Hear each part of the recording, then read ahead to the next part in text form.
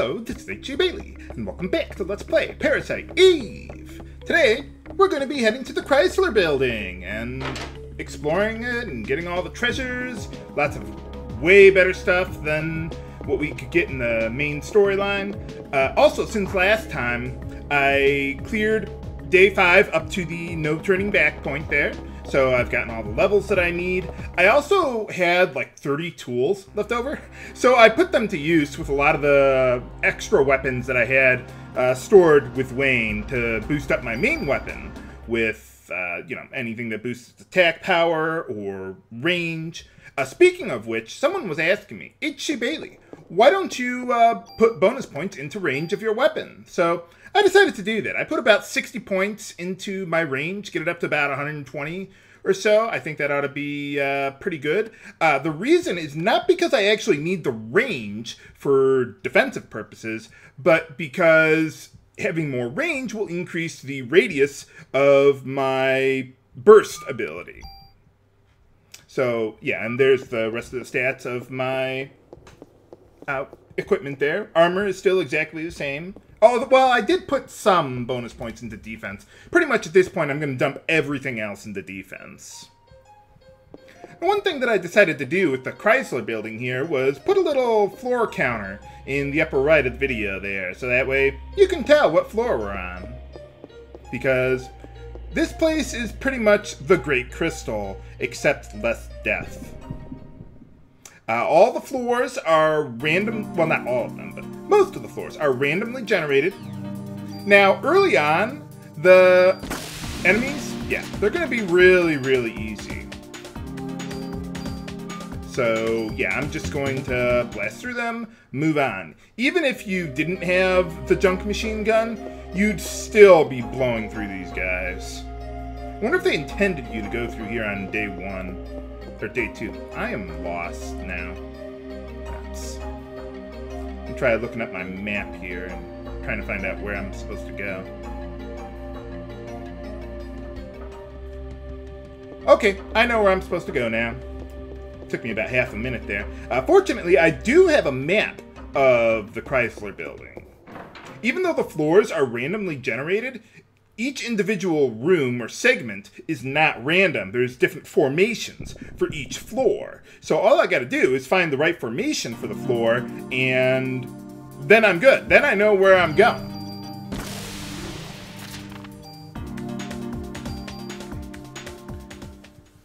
So anyway, there's 2 things that you can find on each floor, or almost every floor. Well, first, there's a rare trading card that Wayne is looking for there. I'll explain how or what those things do later, compared to regular trading cards. Get new weapons, more powerful than anything in the main storyline, new abilities. Put that on my armor there. So anyway, like I was saying, every floor has a storage room here where you can find a whole bunch of treasure. And then you can, there's an elevator, but you can't use that right now. And then there's, well, the exit to the next floor. So basically what you want to do is find out where the storage room is, and then beeline for the exit there. So I totally recommend looking up maps for this area, even though they're random. You'll be able to find what floor you're looking for, and you won't get lost. Because otherwise, this place will take forever to get through. I mean, it's already really long as it is. There's 77 floors to this place. So, yeah, as you can see with the elevator there, we can't use it for now. So, I'm just going to beeline for the exit there. Or, well, not the exit, but the stairs to the next floor of the Chrysler Building. I always knew the corporations were made from pure concentrated evil, but I always thought it was like a black color. I didn't think it was orange. Well, there you go. Well, anyway, now what I'm going to do for the rest of this area is I'm going to fast forward my way through the rest of this place, so that way it doesn't take me forever to get through a segment of the Chrysler Building in one episode. If you have suggestions for how you would rather I take care of this, let me know. I figure this was the most practical way to get through it reasonably quickly, but without just like saying, okay, I'll meet you at the end here, you know? But also what I'm going to do while we're going through the Chrysler Building is I will slow down for the storage room so you can see what treasure we get there. Okay, we got a survival jacket there and a critical evade. All right. So yeah, every room or every storage room that you can find in the Chrysler Building has 2 to I think 5 treasures total. Most of them only have between 2 and 4 though, but I think some of them do have 5. So now the treasures aren't entirely random either, and the way it works is for every 10 floors, there's going to be 10 sets of treasures, and you can get them in any order. In this case, there's only going to be 9 because we're going from floor 1. Well, there's nothing on the first floor, obviously, so 2 through 10. But you can get these 9 sets of items in any order. But you'll eventually get them all by the time you get to the end. So, normally well, you know me, viewers, I hate random dungeons. It's just, it doesn't give any additional replay value to me at all. It's usually never well implemented. You got random treasure, and the only way to get a lot of it is to just run the dungeon over and over and over again, or there's just no puzzles, or it's really generic, or it takes forever to get through it, or whatever. But, and, well, now, Parasite Eve, to be fair, the Chrysler Building is really long and tedious. But I think they do some of the other things fairly well. Especially once you get up to, like, floor 30 or 40, then the difficulty actually starts getting on par with what you'd carry over from a regular new game. And then once you go, like, up to floors 40 or 50 or so, then it really spikes hard, and you better be prepared for it, or the enemies will kill you! So fortunately, they do give you a lot of time to prepare, and some really good equipment. Unfortunately, most of that good equipment is on the top 20 floors of the building. So, yeah, there's not a whole lot we can do about that. But fortunately, the boss fights that we will have along the way are reasonably challenging. Once you get to the upper floors, that is. And you get some pretty good storyline at the end, too. I think it still takes way too long to get all of it, but it's not. But it's worth it. So, okay, so we got a few more of those there. Let's move on to the next floor then.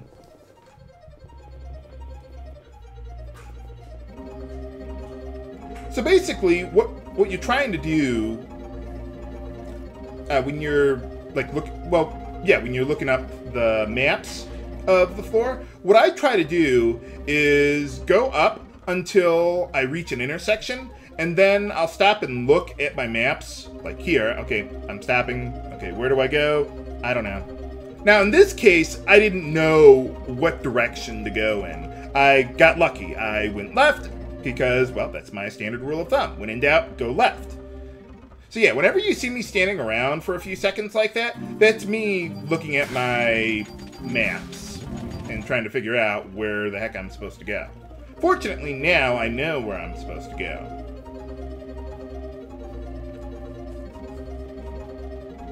So yeah, get to an intersection, figure out where you're supposed to go, and if you can't figure it out, well, just keep on going until you hit another intersection or a dead end or whatever. There are dead ends around here.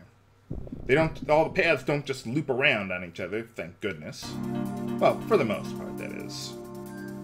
I don't even have to move to hit you.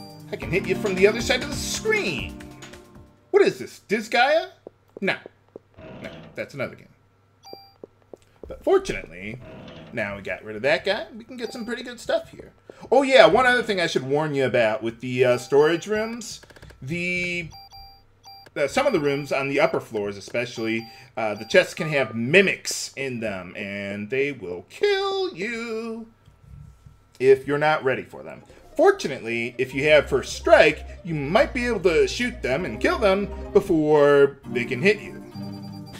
The only problem is that, well, obviously in order to encounter a mimic, you gotta get right up next to it and open the chest. And if you're not fast enough or you don't get the first strike on them, they're probably gonna eat you. Well, I mean, you can make it. I mean, it's not impossible. It's not that difficult, really. But just watch out for the mimics. Just be ready for it when they might come up here. Ooh, nice. Anytime I get a stat boost that's greater than 1, it's good. And a tool. All right. Ah, a gun for USPS drivers. No, just kidding, viewers. But anyway, we get some pretty good stuff there, so. Now, eventually, once we do start running into more powerful enemies, I will start gaining levels, and I'll probably have a lot of bonus points to spend there. But for the first several floors, we're probably not going to be gaining any levels. If you want to, or if the upper floors are getting to be more difficult for you, I would recommend level grinding in the Museum of Natural History. Because the enemies here don't really give a whole lot of experience, even relative to their difficulty. The only problem is that, well, in the Museum of Natural History, once you've fought every monster, you're going to have like a 10 or maybe 45% chance of getting into a random battle at each encounter point. So, a lot of times, you know, that could take a while.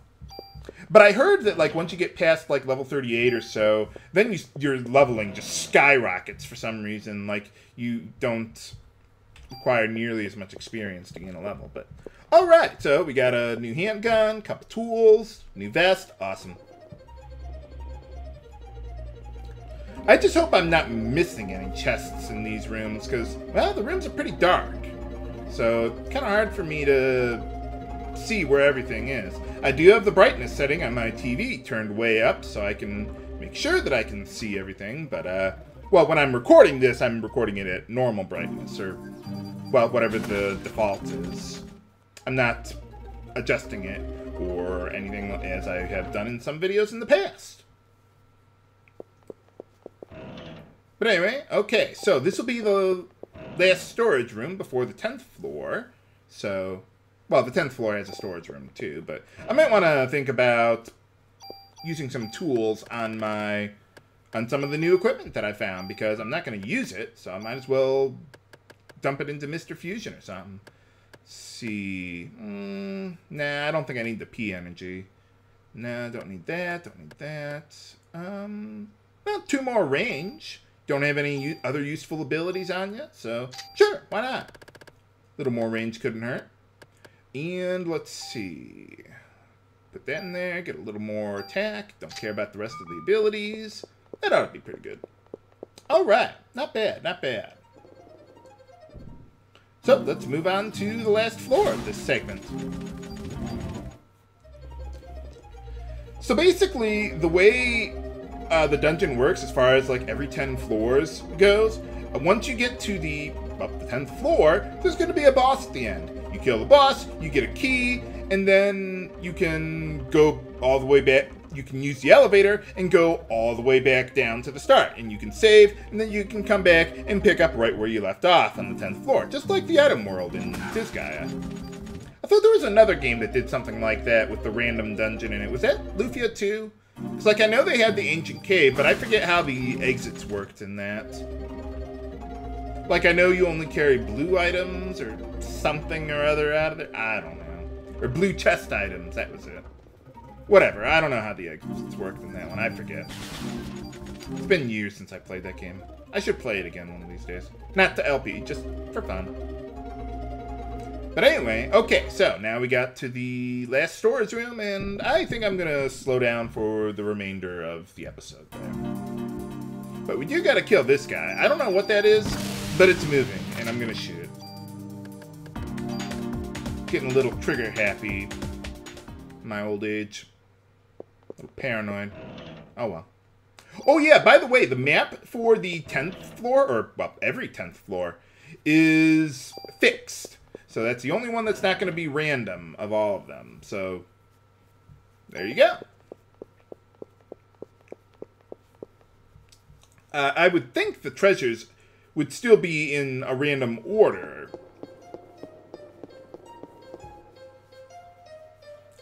But yeah, I mean, you'll get all of them if you went to every single storage room on floors 2 through 10. Okay, let's reload, because I think we got boss time coming up here. Oh yeah, and by the way, once you kill the boss, all the random enemies on the previous floors will go away. You can never encounter them again.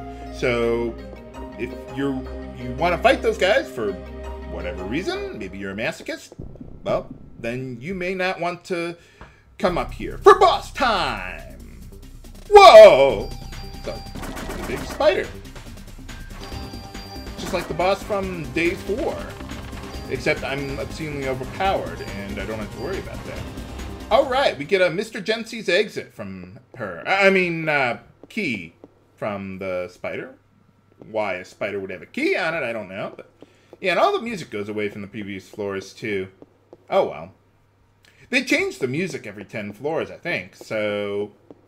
Or at least they do it periodically. So, yeah, that's nice. At least they mix it up a little. Whoops. Didn't mean to go in there. I just want to show you, well, how the elevators work and everything with every 10 floors. Oh, and by the way, each subsequent key that you get will work for all of the previous floors, too. So once we get Chrysler Key 2, you can dump Chrysler Key 1, or at least give it to Wayne, and then he can do something with it. I don't know. You can store it away with him, so you don't have to worry about it. So, go to the elevator. Now you can go to any floor you want. So, maybe if you missed a treasure, or you couldn't find a storage room, and now you want to go back without having enemies to worry about, you can do that too. But what does that rare trading card that we got in the Chrysler Building do anyway? Find out next time on Let's Play Parasite Eve. This is H.C. Bailey, signing off. Have a good day.